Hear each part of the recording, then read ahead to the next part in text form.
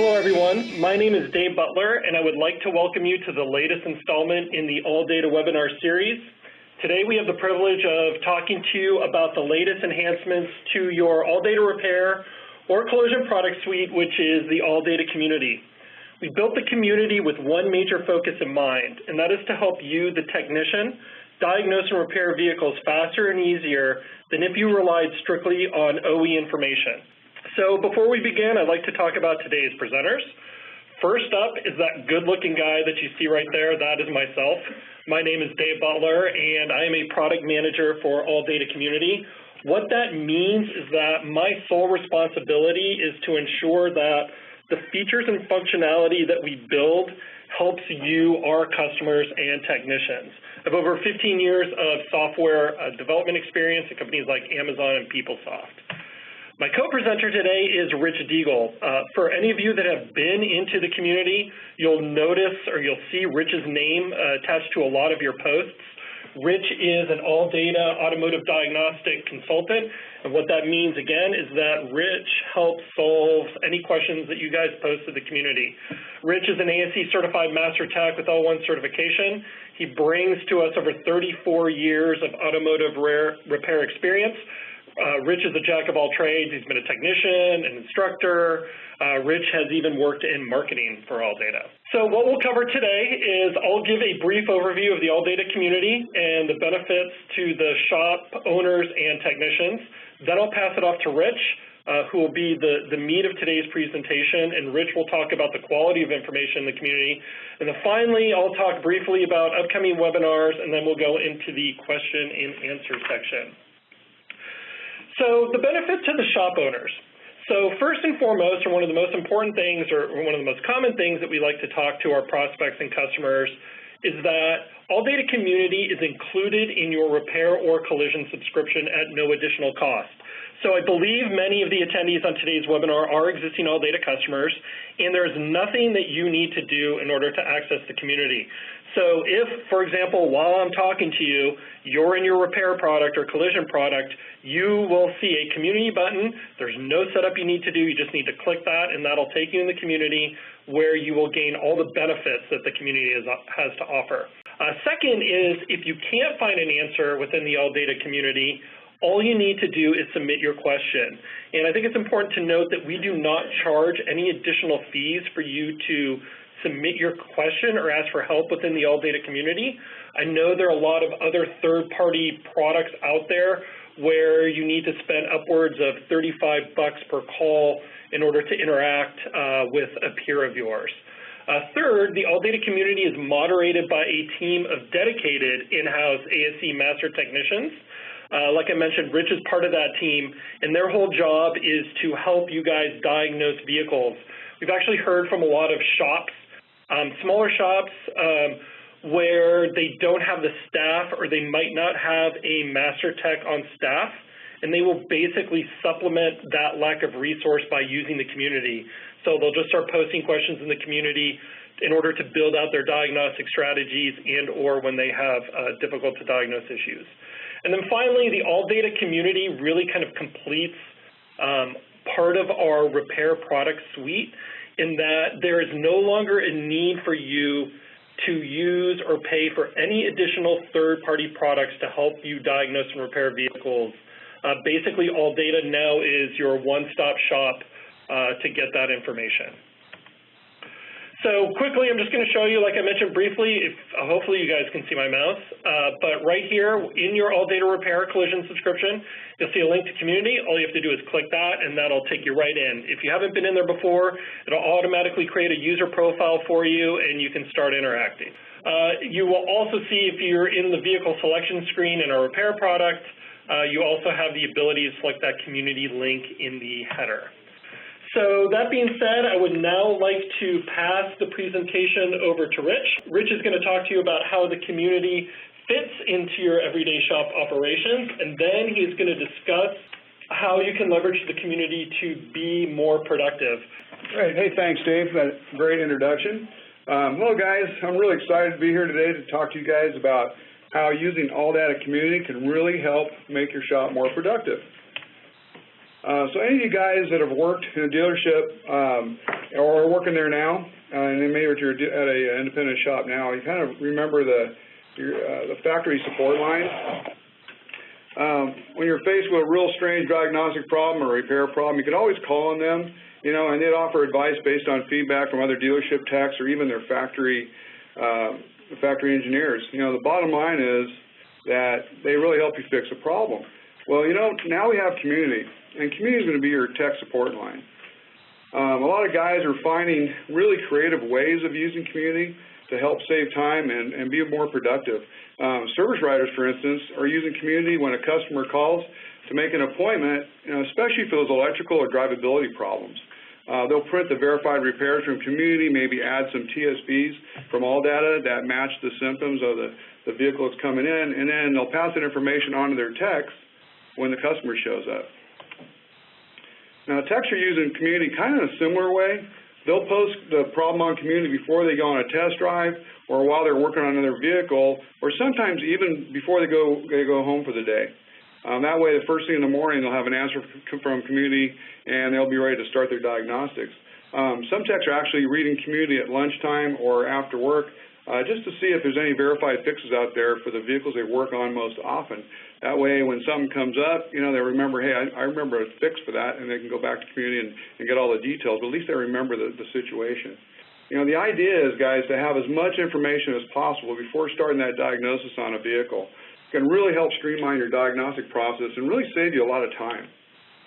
So let's talk about now some benefits for all skill levels of techs using community for the, you know, the shop owners. You guys, what happens if you're less experienced techs that actually take on tougher diagnostic problems? You know, that would free up your lead techs or your master techs to do what they do best, right? And that's taking care of really difficult diagnostic and repair problems. But instead of asking lead techs for a lot of help, you know, your less experienced guys can take on those more difficult jobs using that information from community. Plus, you know, that valuable experience they get, that'll really hone their skills, and that's the kind of stuff they'll make their jobs a lot easier in the future. And what about the master techs or lead techs? You guys, if you're the go-to guy in the shop or you're the only guy in the shop, who do you talk to when you run across a real difficult diagnostic problem? You know, the answers you can get from community might be already posted there. Or you can just post your own question, you know, and bounce some ideas off some of the techs that are already in community. And that way, you can get your diagnostic strategies fixed, you know, online. So there's a couple more things I'd like to talk about real quick here, and that's building confidence for techs and gaining some diagnostic skills. In this business, believe me, you know, experience is really the best teacher. You can go to community college or trade school, and that's great. But until a tech gets out in the field and really starts applying what they learned, you know, it doesn't really sink in until you get your hands on it, right? You guys can verify that. But with a little help from community, you know, the less experienced techs can successfully fix more jobs in themselves, you know, and that's really, when they do that, that's how they really learn. And that's really going to help build their confidence in their skill levels. That knowledge they gain on the job is invaluable. Now, what about reducing comebacks? You know, from a tech or a shop's perspective, comebacks are never good. It hurts the tech's productivity, and more importantly, the shop's reputation. You know, the experience-based information that's available on community, that stuff's invaluable. That's the kind of information that's going to help you fix cars and reduce those comebacks, because the information is coming basically from those techs out in this field that have actually fixed that problem before, and they're going to actually give you the information it's going to take to fix the problem, and they're also going to give you the information to confirm that repair and make sure that job's done completely. That's really going to help reduce comebacks. Hey, Rich, sorry to interrupt here, but we just got a question from Dan Marks in Miami, Florida. Dan would like to know what experience-based repair information really means. Could you talk a little bit more about that? Sure. That's a great question, Dan. Actually, OEM information, you know, we couldn't fix cars today without that, but there's a lot of gaps, and those gaps occur because the manufacturers that publish that information for their factory trained techs, they assume that these guys have already gone through factory training school, you know, and they know the information that's in those gaps. But also, OE information can't really cover every circumstance.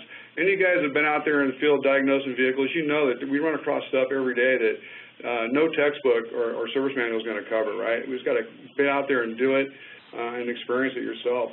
Well, that's where that experience-based information comes in. Because experience-based information, on the other hand, is real-world diagnostic strategies, it's tips, repair procedures, in a simple language from the guys out in the field that have already seen those problems before and they've fixed it already. So, you can't get that kind of information from a service manual. Here's a good example of OE information, and we're going to kind of talk about a little bit how OE information falls short in an example like this. Any of you guys that have use a diagnostic trouble code chart or pinpoint test, you're really familiar with these diagnostic flowchart strategies, right?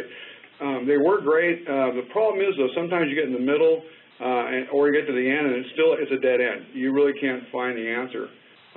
So this is a great opportunity at this point, guys. You've already done your due diligence. You've gone through and you've tested everything you can. Go ahead and post that question on community and then go start working on another vehicle.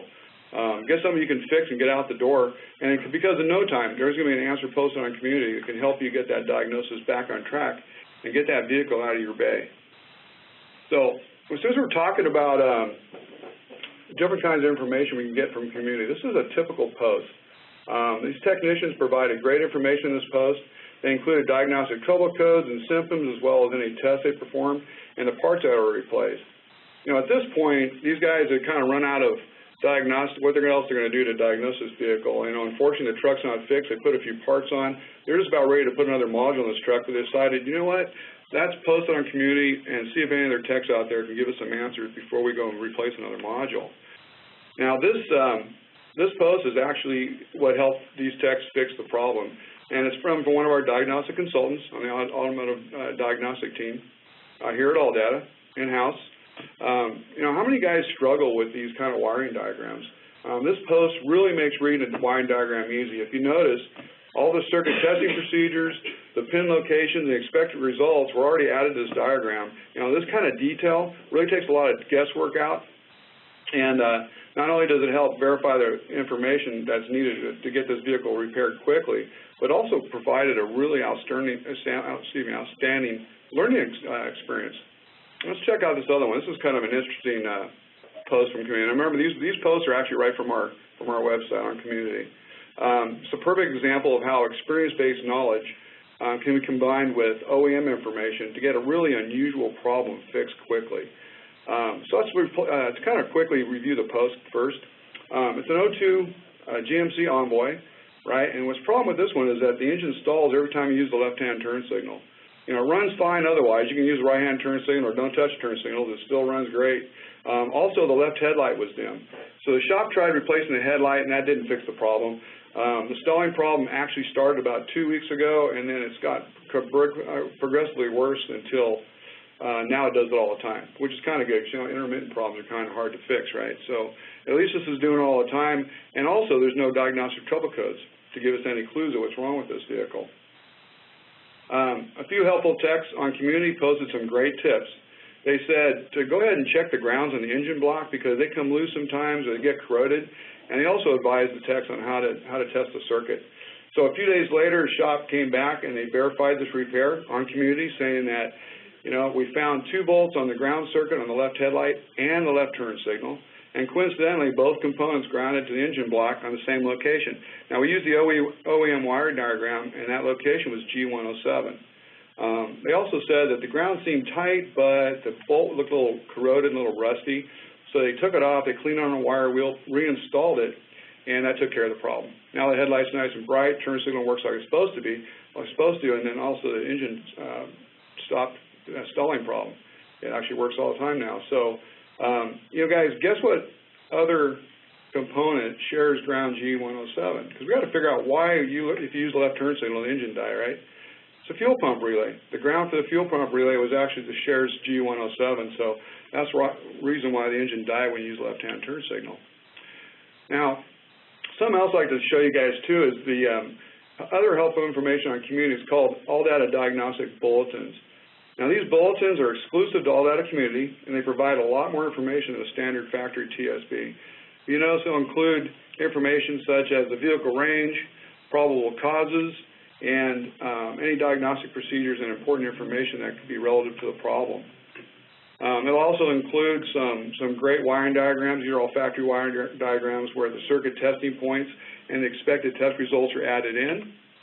And they'll always include important details such as the skill level, labor time, OEM part numbers, and they'll have a great high-definition picture of basically what the part looks like and where it's located.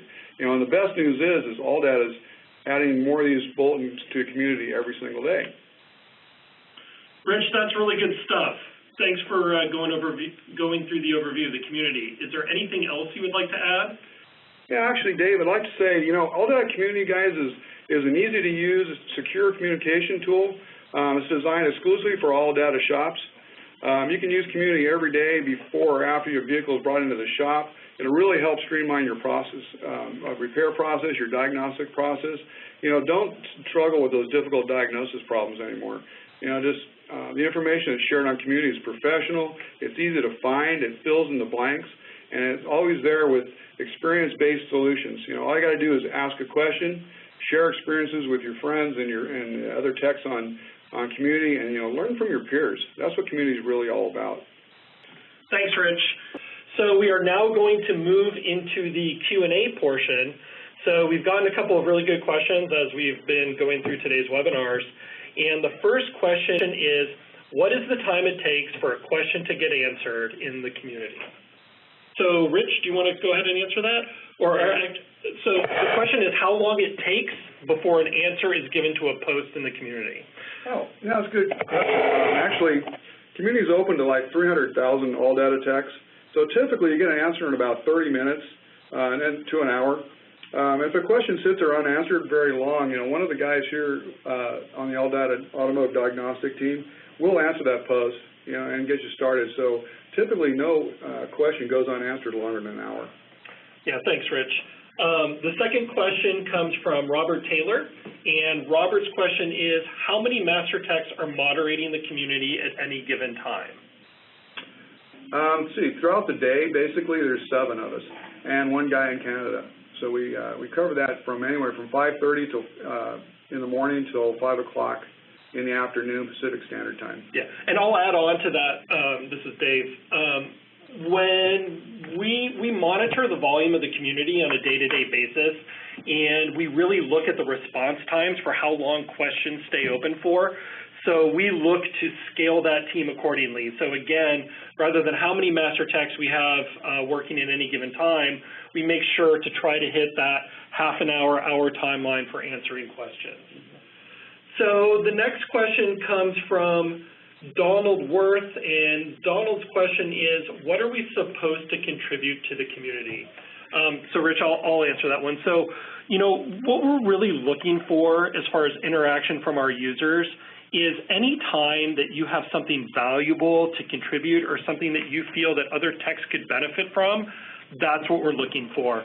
So it could be anything from posting a question or sharing a repair, you know, that you think that other techs would benefit from or where you actually need an answer. That's where we would like you to contribute.